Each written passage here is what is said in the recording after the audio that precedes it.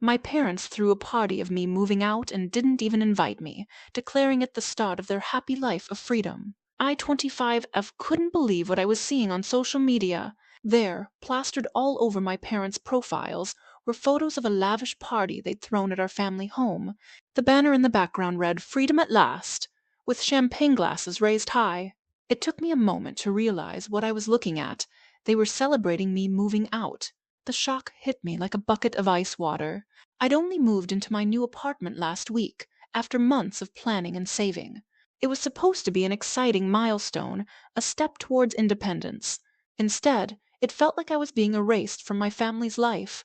As I scrolled through the photos, my hands shaking, I recognized faces of family friends, neighbors, even a few of my own childhood acquaintances.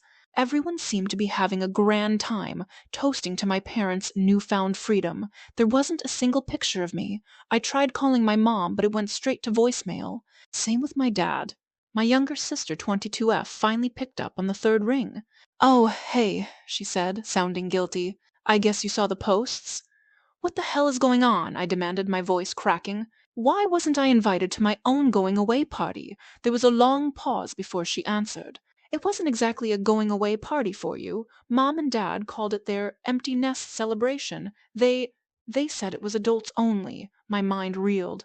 "But you were there." "Yeah, well—" She trailed off, clearly uncomfortable. "Look, I'm sorry. I should have told you." I hung up, feeling sick to my stomach. This couldn't be happening.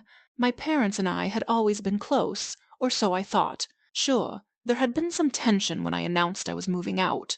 They'd made a few comments about how I was abandoning them, but I figured it was just empty nest syndrome. I never imagined they'd react like this.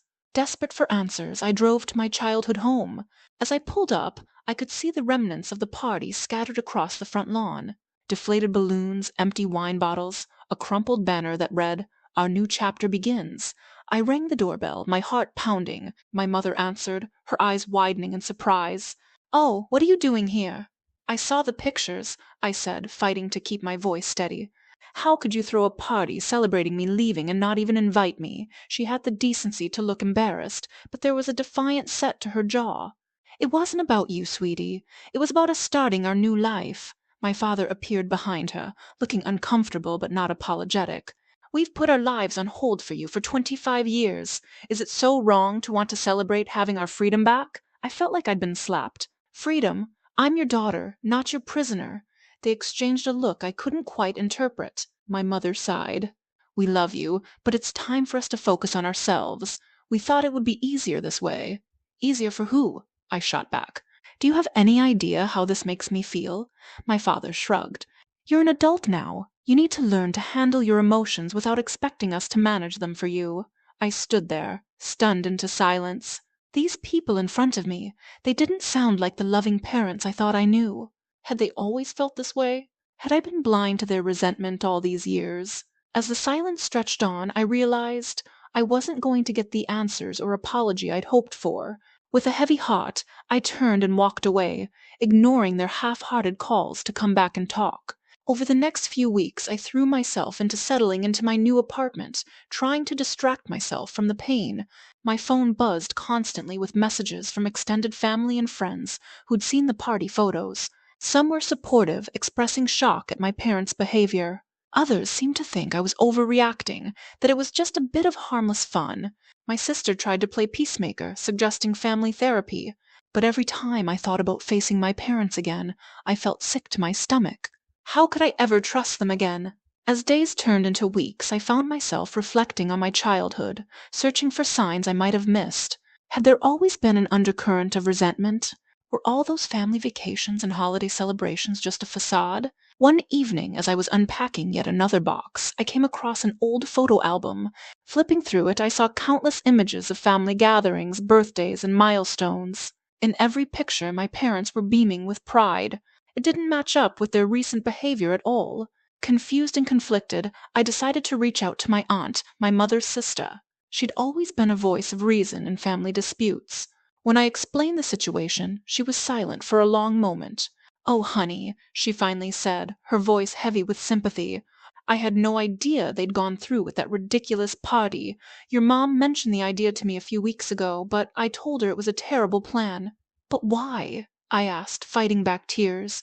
"Why would they do this?" my aunt sighed. I think they're scared. Your mom especially. She's built her whole identity around being a mother. With you moving out, she's facing an identity crisis. The party, as misguided as it was probably her way of trying to convince herself she's excited about this new chapter.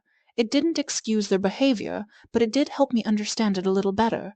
As much as their actions had hurt me, I realized they were probably hurting too in their own way. After much soul-searching, I decided to extend an olive branch. I invited my parents to dinner at my new place, neutral territory where we could talk things out. To my surprise, they accepted. The evening was tense at first, with stilted small talk and long silences.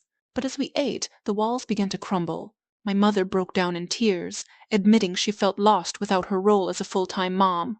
My father confessed he'd been projecting his own fears about aging onto me. It wasn't a magical fix. There were still hurt feelings on all sides, trust that needed to be rebuilt. But it was a start. We agreed to family counseling, to work on healthier communication and boundaries. As they were leaving, my mother hugged me tightly. "I'm so proud of the independent woman you've become," she whispered, "even if I didn't show it the right way." In the weeks that followed, we slowly began to rebuild our relationship. It wasn't easy, and there were plenty of setbacks along the way. But gradually, we found a new dynamic, one based on mutual respect between adults, rather than the parent-child roles we'd been clinging to. Looking back, I realize that the empty nest celebration fiasco, as painful as it was, forced us to confront issues we'd been avoiding for years.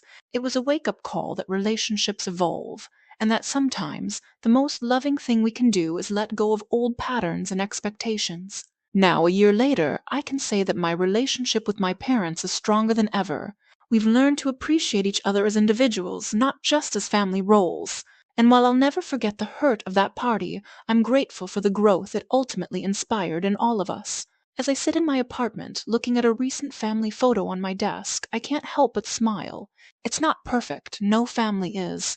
But it's real, it's honest, and it's ours. And that's worth celebrating.